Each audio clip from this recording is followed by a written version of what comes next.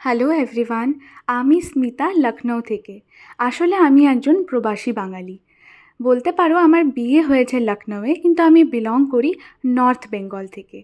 তো এটা baby আয়ানসের first train journey ছিল, যেটায় আমরা ওকে ওর নানু নানির বাড়িতে প্রথম ভিজিট করাতে নিয়ে যাচ্ছিলাম।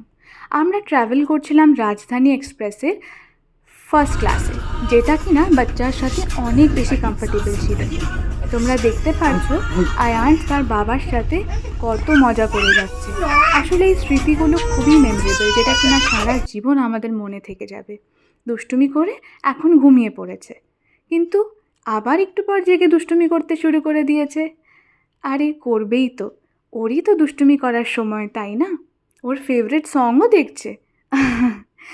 আচ্ছা, এখন আমরা খুব ভালো মতো এটাতে জার্নি করতে পেরেছি, বিকজ রাজধানী এক্সপ্রেস খুবই কমফোর্টেবল ছিল, ফার্স্ট ক্লাস। আর এখানে আবার বাবার সাথে মজা করছে। এই সুন্দর মুহূর্তগুলোকে আমি মাঝে মাঝেই ক্যাপচার করার চেষ্টা করলাম। পরে এগুলো দেখতে খুব ভালো লাগবে। এখন দেখো, আমরা ওয়েট করছিলাম কখন এসে পৌঁছবো। আরে আমরা এসেও পৌঁছে গেছি। আর এটা হচ্ছে আমার বাবা আর আয়ানসের নানু, যাদের কিনা দুজনের প্রথম দেখা। দেখো দুজনে কত হ্যাপি আছে। এরম করতে করতে আমরা গাড়ি নিয়ে পৌঁছে গেলাম নানু নানির বাড়িতে। আর সেখানে গিয়ে দেখি আয়ানসকে ওয়েলকাম করার জন্য কত সুন্দর ডেকোরেশনস।